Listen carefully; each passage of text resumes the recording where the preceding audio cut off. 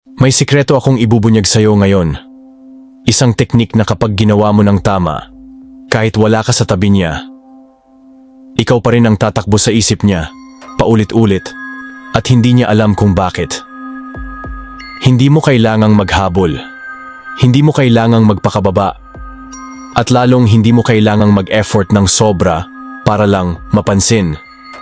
Sa totoo lang, kapag nagawa mo to ng tama, siya mismo ang mag-iisip, maghahanap, at maghahabol sa'yo. Kahit pa ikaw pa ang lumayo. Pero tandaan mo to, isang maling galaw lang, mawawala agad ang epekto. At kapag nawala yon, mahirap nang ibalik. Kaya kung seryoso ka na gusto mong matutunan ang mental switch na kayang magpaikot sa isip ng kahit sinong babae, manatili ka dito hanggang dulo. Kung ngayon mo lang ako nakilala, aral mula sa Stoicism, ang architect ng diskarte at kontrol. At sa channel na to, hindi tayo naglalaro ng hula-hula.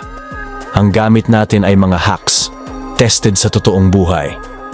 Mga diskarteng hindi lang basta pambola, kundi pang matagalang epekto sa isip at emosyon. Dahil sa larong to, hindi lang puso ang target mo. Utak niya mismo, ang hahawakan mo sa kamay mo. At kapag nagawa mo yon, kahit saan siya mapunta, kahit sino pa ang makilala niya, ikaw pa rin ang magiging main character sa kwento niya. At bago tayo magsimula kaibigan, pwede ko bang malaman kung taga saan ka para malaman ko kung saan umabot? Ang video na ito, ngayon. Ready ka na bang malaman kung paano? Tara, simulan natin. Alam mo ba, may isang teknik na kapag ginawa mo, parang sinilyuhan mo ang sarili mo sa utak ng isang babae at hindi ka na niya makakalimutan.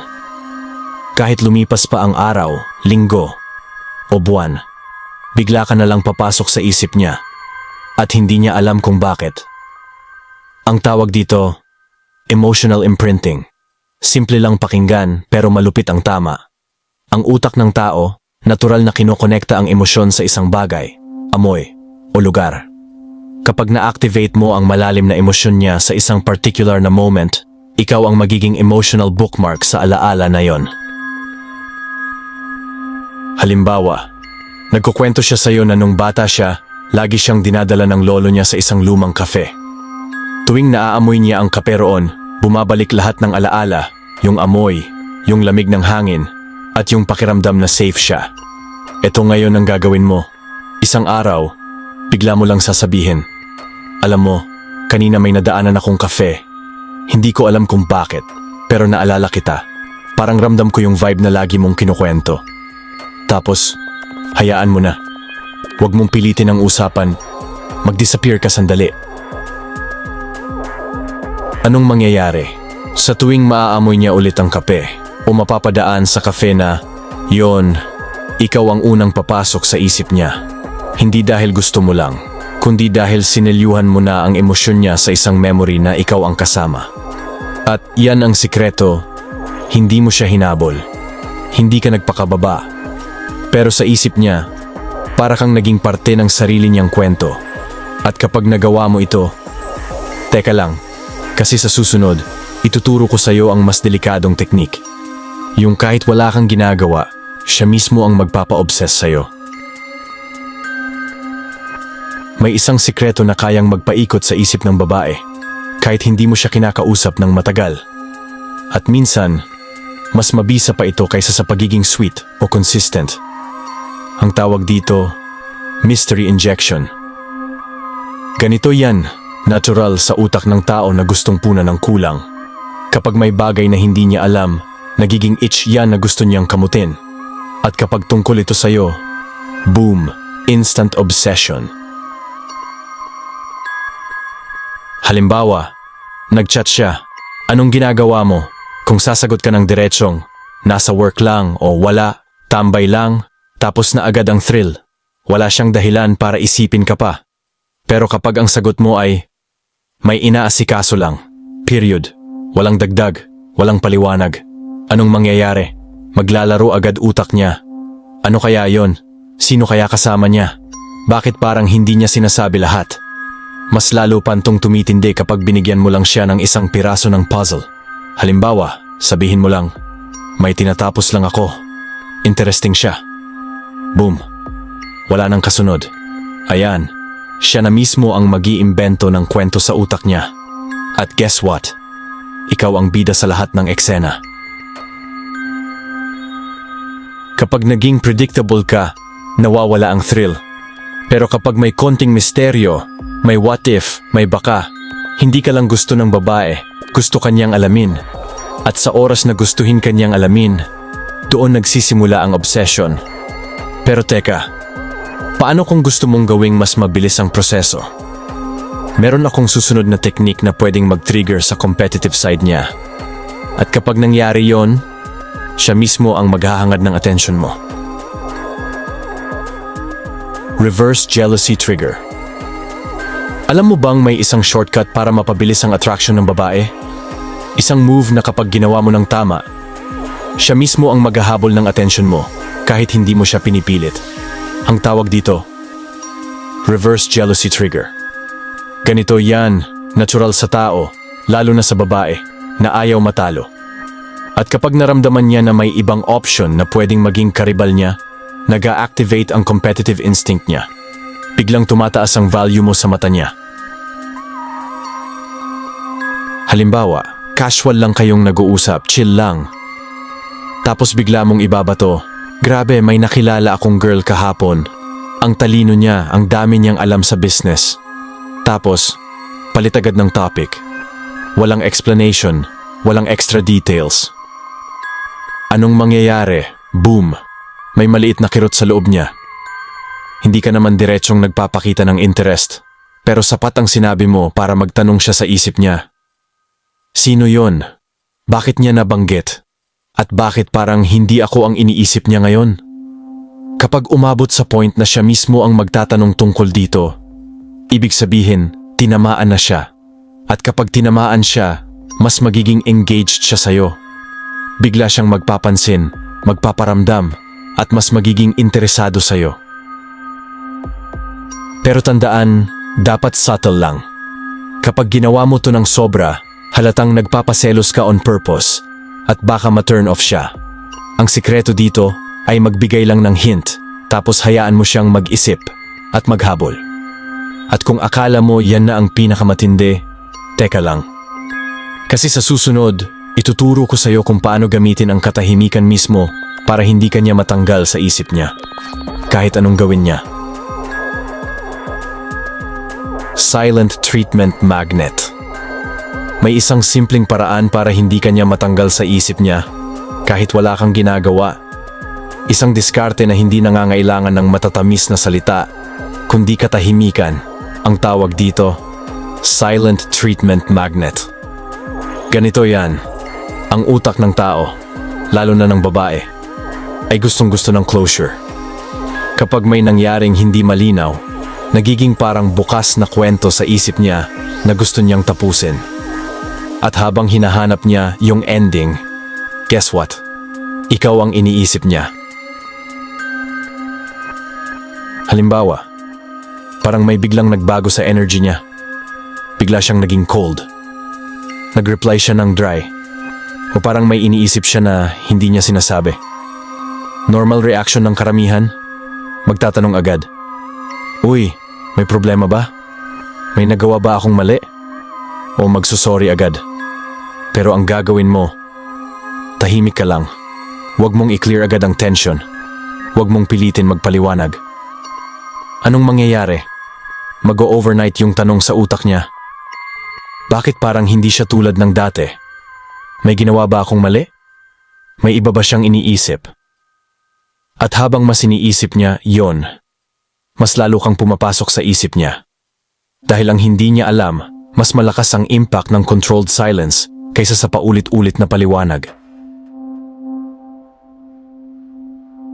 Pero tandaan, controlled silence lang. Hindi ito cold treatment na parang wala ka nang pakialam. Ang goal mo ay mag-trigger ng curiosity at overthinking, hindi para saktan siya or i-push siya palayo. At kapag siya na mismo ang lumapit para alamin kung anong nangyayari, ikaw na ngayon ang may control sa sitwasyon. At kung gusto mong dalhin to sa mas mataas na level, may isang trick na kapag ginawa mo, kahit mawala ka sandali, siya mismo ang maghahabol para maibalik ka. At yun ang susunod nating pag-uusapan. Value Drop Technique. May napansin ka na bang ganito? Kapag lagi mong nakukuha ang isang bagay, parang nasasanay ka at unti-unti nababawasan ang excitement. Pero kapag unti-unti itong nawala, bigla mo itong hinahanap. Ito ang sikretong ginagamit ng mga high-value men para mas lalo silang hanapin ng babae. Value Drop Technique. Ganito yan. Kapag isang bagay ay lagi lang nandyan, nawawala ang thrill. Pero kapag unti-unti itong nawawala, nag-a-activate ang natural instinct ng tao na habulin ito para maibalik. At sa dynamics ninyo ng isang babae, ito ay sobrang lakas. Halimbawa, sa simula, attentive ka. Lagi kang nagre-reply agad. Laging tinatanong kung kumain na siya. Pinaparamdam mo sa kanya na priority siya. Ang saya niya, kasi ramdam niya na may isang lalaking nakafocus sa kanya. Pero pagkatapos ng ilang linggo, unti-unti mong binabawasan. Hindi ka agad nagre-reply. Minsan late ka mag-update. Hindi ka na laging available sa bawat oras. Anong mangyayari? Mapapaisip siya. Bakit parang nag-iba siya? May ginawa ba akong mali? May iba na ba siyang kausap? At habang mas iniisip niya yon, mas gugustuhin niyang maibalik yung dati mong atensyon.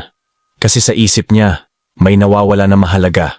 At instinct natin bilang tao na habulin yung bagay na unti-unting nawawala. Pero tandaan, dapat genuine ito. Hindi para lang manipulahin siya, kundi dahil may sarili ka ring buhay, priorities, at growth na ginagawa. Ang pagiging high-value man ay hindi pagiging laging available, kundi pagiging isang lalaking may sarili ring mundo. At kung gusto mong mas maging unpredictable at mas lalo siyang mahumaling sa'yo, may isang laro ng atensyon na sobrang epektibo, at yun ang ituturo ko sa susunod. Push-pull technique. Kung gusto mong hindi ka maboard ng isang babae at mas lalo siyang ma-excite sa'yo, kailangan mong matutunang laruin ang push-pull technique. Isipin mo ito na parang sayaw, isang hakbang palapit, isang hakbang palayo. At sa larong ito, hindi siya makakawala sa rhythm mo. Ganito yan. Kapag binigyan mo siya ng solid attention ngayon, mararamdaman niyang espesyal siya. Pero kinabukasan, maglalay low ka. Hindi mo siya totally iiwasan, pero hindi ka rin magbibigay ng parehong level ng energy. Halimbawa, ngayong araw, sweet ka. Kwentuhan kayo ng malalim, eye contact, at ramdam niya yung presence mo. Pero kinabukasan, mas busy ka. Maiksi lang replies mo at mas nakafocus ka sa ibang bagay. Resulta, mapapaisip siya, kahapon ang init niya, ngayon parang malamig. Bakit? Kapag may kulang, mas gusto nating punan. Ganito gumagana ang utak ng tao. At lalo na sa attraction. Ang push ay nagbibigay ng spark, at ang pull ay naglalagay ng mystery. Ang kombinasyon nito ang nagbubuo ng tension na ayaw niyang mawala. Ang tunay na high-value man, hindi laging available. May sarili siyang buhay, goals, at priorities. Kaya sa tuwing lalapit ka, bonus yun para sa kanya. Hindi obligasyon mo. Pero may isang mas advanced na paraan para gawing roller coaster ang emotions niya nang hindi mo kailangang magsalita ng kahit isang salita. At yun ang ituturo ko sa susunod. Intellectual submission. Alam mo bang may paraan para ang babae mismo ang kusang mag-seek ng guidance at validation sa'yo nang hindi mo hinihingi? Ito ang tinatawag kong intellectual submission. At kapag nakuha mo to, hindi lang puso niya ang hawak mo, pati respeto niya. Ganito gumagana to. Sa halip na mag-flex ng kayamanan o looks, ipinapakita mo yung talino at depth mo sa mga bagay na hindi niya gamay. Hindi mo siya tinuturuan para ipahiya, kundi para tulungan siyang makita ang mas malawak na perspective. Halimbawa, nag-uusap kayo tungkol sa isang desisyon na kailangan niyang gawin. Hindi ka agad magbibigay ng direct na utos. pero maglalatag ka ng insight. Alam mo, sa business hindi laging pinakamagandang option yung pinaka-exciting. Minsan, yung boring pero stable. Yun ang nagdadala ng totoong results. Tapos iiwan mo lang yun sa hangin. Hayaan mong siya ang mag-connect ng dots. Ang babae ay naturally sumasandal sa lalaking may mas malinaw na pag-unawa sa mundo. Kapag na-sense niyang kaya mong mag-navigate ng komplikadong sitwasyon, kusang mag-o-open up ang isip niya para tanggapin ang guidance mo. At sa subconscious niya, ikaw ang magiging default na leader. Kapag nakuha mo na ang intellectual submission, hindi lang attraction ang meron ka ring influence. At yon, kaibigan, mas matibay pa sa physical attraction. Pero tandaan, may isa pang mas malupit na paraan para magstay siya sa orbit mo kahit may ibang options siyang lalaki. At doon na tayo sa susunod. Kung mapapansin mo, lahat ng tactics na ito ay may iisang theme, hindi ka naghahabol. Sa halip, ikaw ang nagseset ng rhythm. Ikaw ang nagdidikta kung kailan may init at kailan may distansya. Kapag nagawa mo to ng tama, hindi mo na kailangang mag-text ng miss na kita dahil siya mismo ang maghahanap sa'yo. At malinaw natin tong tatandaan, hindi ito para mag-manipulate. Ito ay para maintindihan mo ang laro ng isipan at magamit mo ito para protektahan ang sarili mong value bilang lalaki. Kapag naiintindihan mo ang psychology ng attraction, hindi ka na magiging biktima ng laro. Ikaw na mismo ang naglalaro at ikaw ang panalo. Kung may tanong ka o kung gusto mong dagdagan ko pa ang listahan ng mga psychological moves na to, i-comment mo lang sa baba. Baka ikaw pa ang ma-shoutout ko sa susunod na video. At kung gusto mong palalimin pa ang mastery mo sa pagiging high value man, alam mo na ang gagawin.